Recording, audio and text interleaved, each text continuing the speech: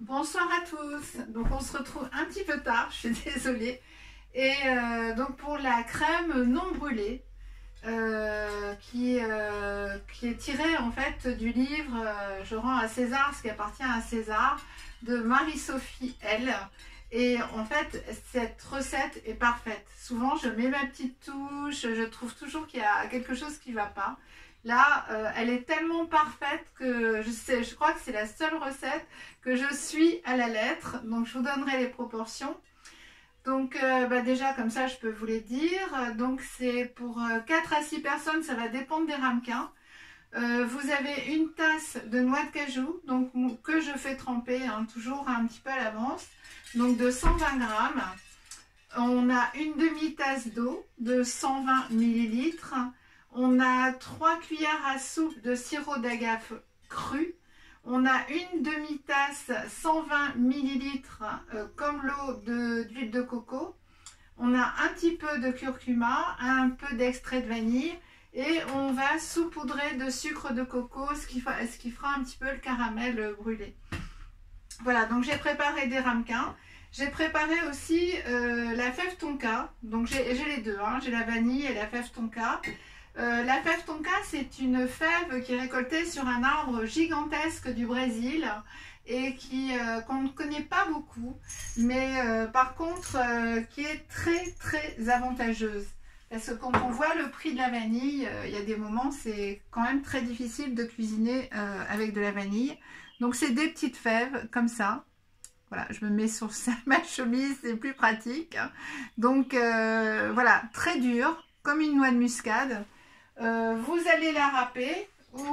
Donc en fait un bocal, franchement ça va vous faire un an quoi. C'est super long. Vous allez pouvoir faire des crèmes brûlées, vous pouvez les mettre pour avoir une touche. En fait c'est un mélange d'amandes, de réglisse, de vanille et c'est ce qui fait son charme et c'est pour ça qu'il y a certains cuisiniers qui adorent cette fève. Donc moi j'ai choisi, alors bien sûr j'ai pas ma petite râpe ici, donc en fait je prends mon zester, le petit zester, et je râpe comme ça et on va le mettre à l'intérieur. Donc là je le fais dans un ramequin pour récolter. Voilà, on va en mettre très peu parce que j'ai de la vanille pour une fois. Voilà, on va mettre quelques, c'est très très aromatique, donc en fait il en faut très peu pour chaque recette. Donc je vous ai donné les ingrédients. L'huile de coco je l'ai fait bien sûr fondre parce qu'il fait pas très très chaud. Donc on va tout mettre dans le blender. Donc en fait c'est hyper simple aussi. Donc par contre je vais prendre le sirop d'agave que j'ai oublié de sortir. Alors ça c'est la fleur de coco. Hop, on va prendre voilà, le sirop d'agave cru et la petite pointe de sel. Voilà, toujours le sel rose de l'Himalaya avec toutes les vertus que je vous ai données l'autre jour. Donc on mélange donc les noix de cajou qui ont été trempées. Je vais le mettre là pour que vous voyez bien. On va mettre les petits ingrédients, les petits scratch crash là qu'on a fait au fève tonka. On va mettre, alors je vais mettre l'eau, donc j'ai pris 120 ml d'eau. On va prendre 3 cuillères à soupe de sirop d'agave cru, donc vous le trouvez comme ça en petit bidon. Le cru n'est pas forcément facile à trouver, mais bon, là je l'ai trouvé facilement en fait. Alors hop, on va défaire l'opercule. J'arrive des courses, c'est pour ça aussi que je suis en retard. Parce que je vais faire les courses, je reçois des coups de fil, je passe sous le balcon des copines pour discuter avec elles. Et voilà ce qui arrive. On se retrouve à 7 h en train de faire une recette qu'on aurait dû faire à midi. Et voilà, alors 3 cuillères à soupe. Là j'ai une cuillère à café. Bon alors on va doubler. Sachant que 2 cuillères à café, hop. Et là, le sucre, c'est pareil. C'est pas... Bon, ça, c'est vraiment une petite cuillère. Voilà. Donc, je vais en mettre une en plus. Ça, c'est vraiment une toute petite cuillère. Et donc, on va mettre... Ah, mais j'avais besoin de ma petite cuillère pour le curcuma. Alors, le curcuma, on va le mettre comme ça. Donc, eux, ils disent 1/8 de... Voilà, on va pas en mettre beaucoup. Voilà, en fait, je trempe ma cuillère dans le... Et ça, alors oui, en fait, c'est ça qui détermine la couleur. Bon, on n'en met pas beaucoup. Je vais faire 2 trempages de cuillère. Peut-être on en rajoutera un petit peu après. On va mettre une pincée de sel. On va mettre, hop. Donc là, c'est pareil. Je viens de l'acheter, donc c'est tout nouveau. Toute nouvelle. Voilà, hop. 2 petites giclées de vanille. Et les 120 ml d'huile de coco. Hop. Voilà, j'en avais mis un peu plus, c'est pour ça que je ne remplis pas trop, parce que quand elle est très très figée, en fait, on n'arrive pas à voir ce qu'on met. Et là, ben, on va mixer.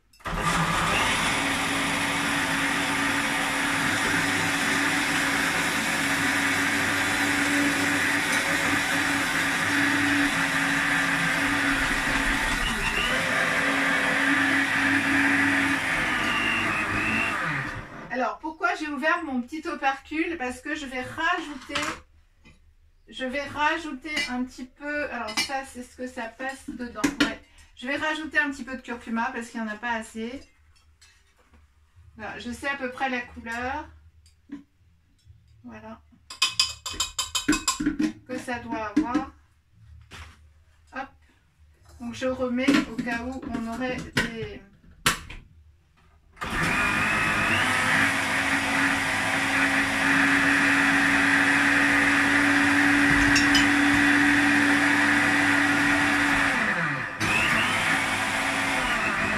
Alors n'hésitez pas, avec ce genre de blender, à l'arrêter à revenir.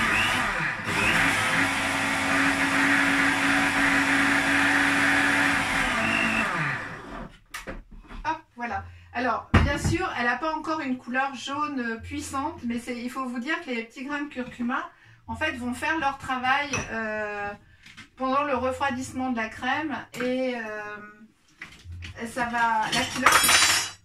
Excusez-moi pour le bruit, la couleur va se densifier. Alors, hop, est-ce que... Ouais, c'est vraiment bluffant. On a l'impression des jaunes d'œufs et du sucre, c'est incroyable. Alors, c'est d'une douceur extrême, c'est vraiment délicieux. Donc là, ben, on va remplir nos ramequins. Donc, hop, je vais en faire un devant vous. Voilà, hop. Voilà, sachant qu'il y a des noix de cajou, on ne va pas remplir complètement. Moi, ça serait bien que j'arrive à remplir ce que j'ai prévu là. 4 ramequins, c'est pas dit que j'y arrive, mais on va y arriver. Si, c'est parfait. 5, ça serait génial. Hop, comme ça, je fais goûter aux copines. Voilà, en fait, on va en faire un mini. Comme ça, vous allez voir aussi, ça va être parfait pour la vision. Hop, voilà.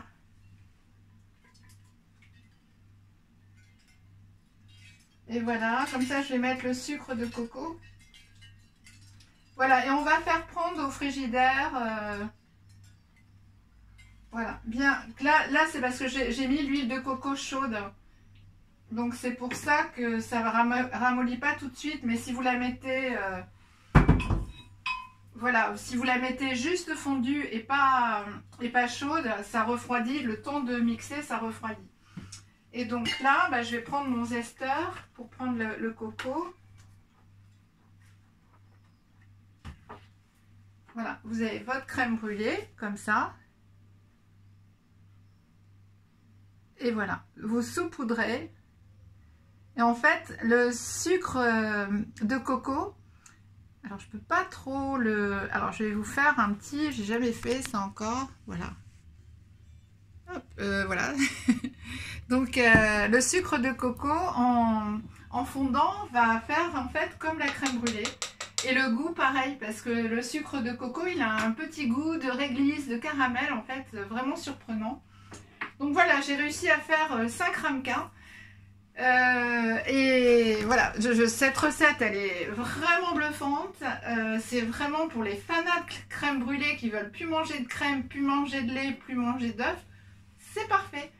Et voilà, donc je vous souhaite une super belle fin de journée. Je vous embrasse comme je vous aime. Et demain, ça sera la surprise parce que je n'ai absolument pas eu le temps de réfléchir. Donc, je vais voir quelle recette on va faire. Et ça sera surprise pour vous comme pour moi. Voilà, très belle soirée et à bientôt. Merci beaucoup.